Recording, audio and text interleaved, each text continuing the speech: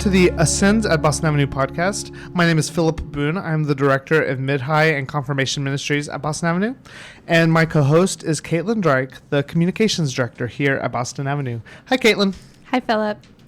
Today's guests are Jose Luis Hernandez, who's the director of Sistema Tulsa here at Boston Avenue, and Kelsey Rooney-Dorst, who's the education coordinator of Sistema Tulsa. How are you doing today? Doing well, thank you. Excellent. Thank you for joining us. My first question is, what is Sistema? Well, Sistema is, it could be quite a simplistic term. If you translate it from the Spanish, it really means system. Now, the definition of the program as a whole is not quite as simplistic, really. It goes deep into philosophical intent. And I would highlight some of the core values that our program illustrates. It boils down to four things: that all children and youth should have access to the arts and actively participate in that experience, that effective education happens in the context of a community where everyone is responsible for its success, and that while doing music and learning music and working hard at it, you are entering into a world of overcoming challenges. And entering in that world of excellence and beauty really helps you recognize your inner capacity to thrive. And last but not least, in our case as an organization, is that we feel that we are a laboratory of teaching and learning. And in the Sistema-esque essence of the program is that our organization never arrives, but it is always becoming. Now, I didn't come up with these core values. We need to give credit to a visionary man by the name Jose Abreu. And Dr. Abreu created this program, this Sistema, as a social mission to help youth development through music education. In its essence, this is a program that affirms everyone through music. So it seems like a really unique program to have housed inside of a church, this kind of music education opportunity. So how do you explain the relationship between Sistema and the church? Is Sistema a mission program, an outreach program, something different or something more? It's both. It is both a mission and an outreach. When we first started the program, and if you look at the history, really, of the Boston Avenue Church, you find that this is a haven for music. Music is such an important part of the church and has been for many, many years. And we are host to many youth choirs and ensembles, and we do music at the highest level. We're also a very mission-oriented church. So what better idea to begin a mission for this church and through this church than music? And early on, when we began talking about this program, I raised up the quote of Mother Teresa. It goes like this: faith in action is love, and love in action is service. So we had faith that music would allow us to affirm young people, and especially young people that need this program the most. I would add to that, what a better place to be housed than a church. I mean, I think the way that our program functions is we have guidelines. We're teaching our students to be respectful to everyone. We're teaching our students to celebrate diversity, and we're teaching them all of the things that I think Boston Avenue is also trying to teach its members. And I'm familiar with Sistema, and sometimes with programs like these that are about, serving children or reaching children who are outside of the building, there's so much focus on how it helps somebody else. But could you talk a little bit about how meaningful it has been to the church as well? Yes, I think even personally, I have been transformed by the experience, by being able to utilize my skills in service to others. I grew up as a musician, as an educator, and through this work, I was able to realize that I could be of service to others in a meaningful way. And I think that our volunteers, people who are members of the church that work in our program, feel the same way, that they bring a host of life experiences and skills that they can put to work to build up a new generation of achievers. This is really what we're after. I work primarily with the teachers, and it's so interesting because, teachers work long hours, they don't get a lot of pay, and they end the day very tired. And a lot of the teachers, whenever we're trying to recruit them, they'll come to me and say, I can't add something else. And I'll say, this will change your life. You will go home with more energy than you came here with. And for every single teacher that we have worked with, it's true. Would you be able to tell us a little bit about your background, both of you, before starting Sistema or being involved with Sistema Tulsa? I mean, what got you here to start Sistema Tulsa? Well, I think for me, I mean, it's really a journey that keeps going. But I think one turning point particularly for me was that I got to work and meet with Dr. Abreu. And back in 2012, he was the recipient of something called the TED Prize. If you're familiar with the TED Talks, you would know that every year the TED organization gives out a prize to a visionary person and grants them one wish. It's not a plaque, it's not an award, but really it's a wish. And Abreu's wish was to identify young musicians, and I quote, passionate about their art and social justice, who would help bring the ethos, the idea of El Sistema to communities around the world. And at that time, I was finishing my master's of music in orchestral conducting, and I received a call to join this program, and I went to the New England Conservatory of Music and met with other fellows who had similar desires than I. And we studied the El Sistema program by traveling to Venezuela for a few months.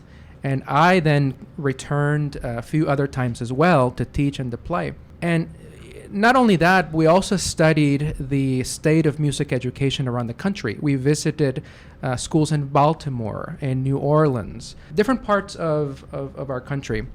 And we married, if you will, the tenets, the philosophy that Dr. Abreu was teaching us and has been widely successful around the world, with the needs and with the virtues as well of our American educational system. So that made me realize the huge potential that lied in putting this kind of work through. So that's only part of my experience, but that experience has seemed to be even more enriched with the time that we've been working here in Tulsa. My background is a little bit different. I've always been passionate about social justice, and I've always been passionate about music, but I never knew that there was a program that had already melded the two together. And I went to the University of Tulsa. I got my bachelor in music education, and after my second year teaching, I got an email that was mass sent to every single music teacher in TPS, and it said, we're looking for music teachers for an after-school program. And me being the person that would love to take on another job, responded. And through my time here, I started as just one of the sectional teachers and grew to be a lead teacher, and then became the education coordinator. And through this process, speaking of inspiring teachers, this program inspired me to go back and get my master's in curriculum and leadership studies so that I could do my job better here. You know what's so interesting to me, Kelsey, hearing you say that, is that one of the things I feel that this program has done for us, and if I may, is that it brings all of the elements of musicianship together. We are not just performers, but we're also teachers. We are thinkers. We are managers, and we are mission-driven. So I feel that that is such a gift. Such a gift to be able to work in this capacity. And I also came to realize that as I entered the work of El Sistema. So I think there are probably naysayers out there who would be like, well, like, why music? Like, why wouldn't you focus on those more important needs for kids first? Like, why not feed them or make sure that they're passing reading or passing math or, so like how music seems like such an extra thing. Like, why wouldn't you do something else? So can you talk a little bit about that? Sure. And I always go back to Dr. Abreu. I feel we could do a whole podcast on his legacy. He received many accolades throughout his lifetime. The last major one, an honorary doctorate at Harvard, along with Oprah Winfrey, by the way. That's which good company to keep. Which puts you at a very high position. But I think that there is so much to be learned from music. There's much to be learned from the process of music. And to quote again Dr. Abreu, he always liked referring to a phrase that Mother Teresa raised up often, and that is that the most miserable thing about poverty is not the lack of bread or roof, but it is the feeling of being no one. Now, that has many implications in community life. I feel that one of our greatest needs in society today is the feeling of being no one. It is the desire to be included in a community that values you and affirms you. And through the orchestra, we're able to bring people to that realm of inclusivity, of value, of affirmation. So there are so many things that you can learn, and there are some obviously lessons that translate from music learning into the classroom. And there is research to prove that. And we can elaborate a little bit more on this. But what do you think, Kelsey? I think it's interesting that you brought up that, these kids, they need to be fed. And, what about their academic scores? And one of the memes that I've been seeing constantly on social media is Maslow's hierarchy before Bloom's. And the beauty of our program is that we do have a snack time for all of our kids. For our younger students, we have the option of doing a non-music elective, and one of those options is academic enrichment. So we are providing way more than music. But then at the same time, we are also reaching Bloom's taxonomy, where we are understanding music and we are creating, and so it's a beautiful thing. From the very beginning, we created this program as a research-based program. And we engaged Oklahoma State University family, particularly the Center for Family Resilience, and to help us draft some of our outcomes. What were the things that we would be looking for? And every year we have surveyed our students, surveyed our parents and our teachers to really figure out what it is that this program is producing beyond the beautiful music that we're making. You have to understand that this is a music program, and there's a product, a performance done at the highest level, and that's important. But there's more than that. If you would have asked our high school students, 10 out of 10 would agree that they add value to their orchestra and its members. So the opportunity to contribute to the work of a community is already helping them affirm their confidence. 9 out of 10 high school students also reported that all of the time playing music, and all of their time playing music, and this was last year, that year marked the most improvement. So we translate into that autonomy and progress are clear predictors of student success. So we're not just making music for music's sake. This is important to note. We're making music for life's improvement's sake. And that's what really sets us apart. And to me, Sistema is another way that we can have students succeed. I mean, they can succeed in the classroom at math, reading, but they can also succeed at music. It's just another avenue for them to be successful in life. Absolutely. Which is especially because whenever there are budget cuts, a lot of times in public schools, the arts are always the first things to go because people assume that they don't matter as much as the other things they learn in school. I want to know, what's the age range of students at Sistema? Well, we have students all the way from 2nd grade through 12th grade. And then another beautiful thing about our program is our teachers are also made up of college students. I would say that the people that are learning in our program are from 2nd grade all the way through our oldest teachers. As a former teacher, I think I can definitely relate to that while you're teaching, you learn so much just because to put it into the terms of teaching and make sure that somebody understands it, it makes your understanding reach a new level. Absolutely. And I heard Kelsey the other day say that, if you know how to teach 3 notes, you can teach somebody that only knows 2 notes. So one of the tenets of the program is that everyone becomes a teacher in a way. So there's a lot of peer learning happening. It's not just professional teachers teaching our students, but then it's our students teaching other students. Mm-hmm. And that really makes a difference. How many musical instruments are taught? How many groups, like orchestras, do you have? What makes up each orchestra, each group? We work with symphonic ensembles. The symphony orchestra is our main tool, if you will, for musical achievement.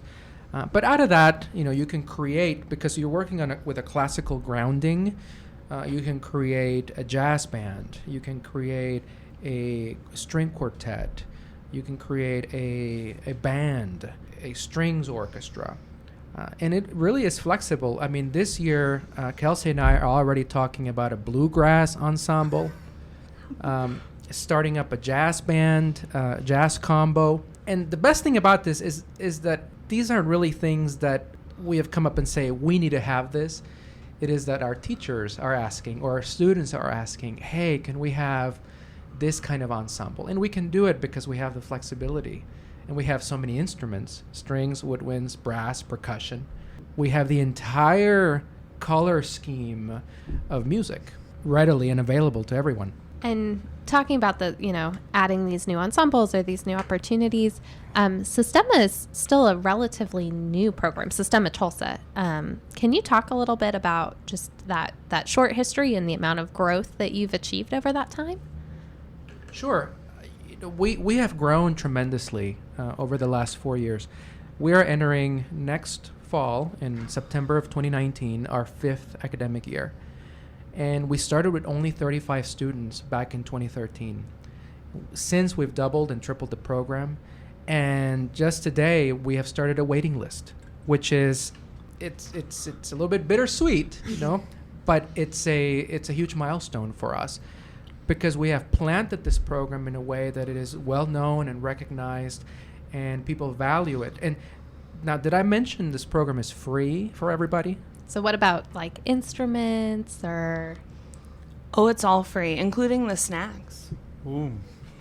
Now, we always say, though, there's nothing free about hard work. This is from Maya Angelou, the U.S. Poet Laureate. There is really nothing free about hard work. You have to put in the work to make this work, to play music well, to be part of the community, to be respectful to everyone, to take ownership of your actions, as the values that we articulated earlier. You really do have to work hard. And I've seen some of the students in action. I try and go to as many concerts as I can, and from the communications director position, take photos. And I've watched some of the students just over the last, year and a half that I've been here perform, and seen them, move chairs or, highlight some of them as soloists. And so watching their growth just as an attendee has been really amazing.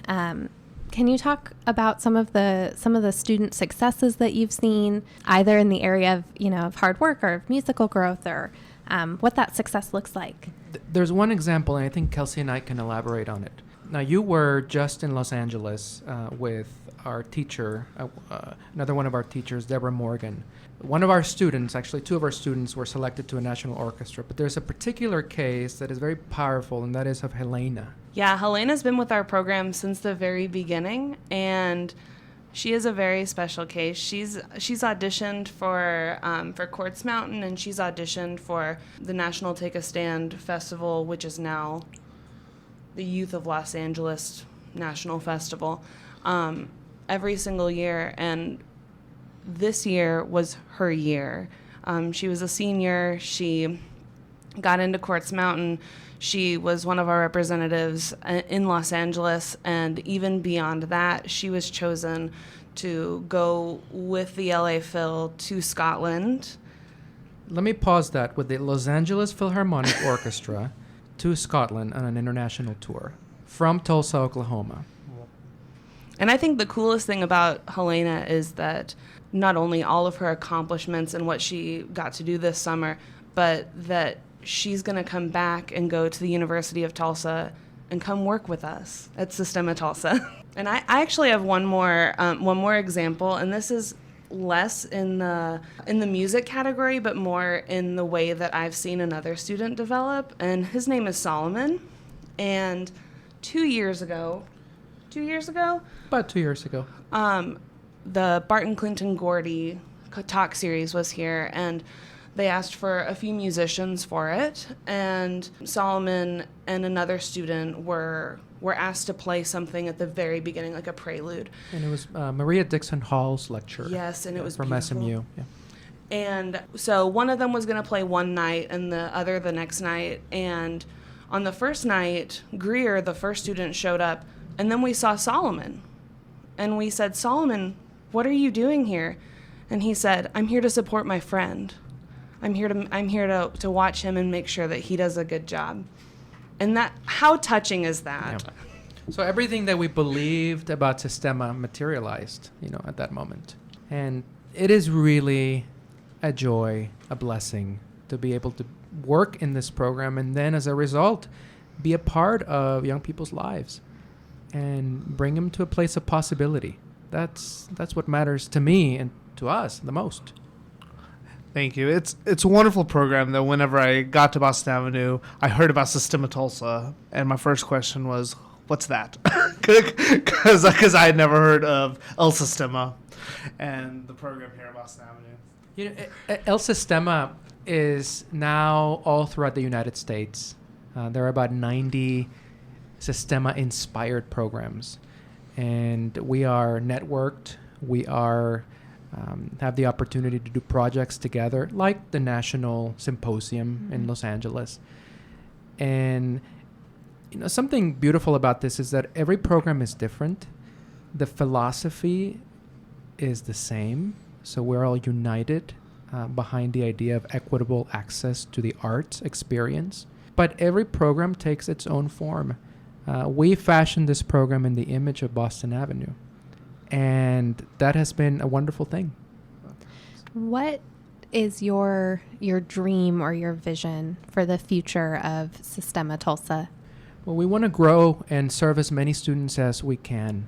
We believe that music education is a fundamental human right. The access to beauty is a fundamental right to all of us, to be able to experience creating and participating in something that is of excellence and of beauty, and to feel like you're part of a community. And again, I want to emphasize that because it has been the source of many of our national perils, the idea that we do not belong. So if we can get kids to feel that they belong and they are part of something much bigger than themselves, then we'll be on the right track. So, as far as vision, we want to do a lot of things. We want to have our own building. We want to be able to be in different parts of this community, have multiple sites, really expand the program, link the program more and more with the educational system that already exists in Tulsa. I want to be able to encourage more and more the idea that music education should be at the forefront of every school in our district, that there should be a music teacher in every building. I think we can show the example of what this is doing and hopefully encourage our local leaders to follow suit. What do you think? Where is your mind leading us, Kelsey? So many places. I think one of our overarching goals is to empower as many students as we can, help as many students as we can feel successful. I like what you said, help inspire our leadership in our area, be the example. One of my biggest goals, and one of our biggest goals, we've talked about this, is that we would love to be the example not only for the school system but also for other nonprofits in our area, and potentially be a host for something in the future. Yeah, to help bring this philosophy of the work that we are doing, this philosophy in action, if you will, to share it with as many teachers, and because they are really excited once they come to us and start working with us. Like Kelsey was saying, they realize, wow, you really rekindled my spirit for teaching and for wanting to do this for my whole life, and not just for a little while, but throughout my lifetime.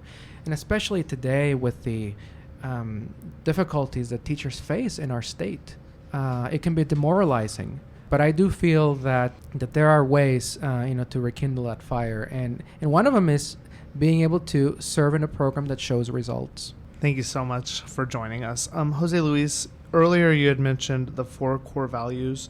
Would you be able to end the podcast, kind of repeat what they are? Because I feel like the core values fit for more than just Sistema.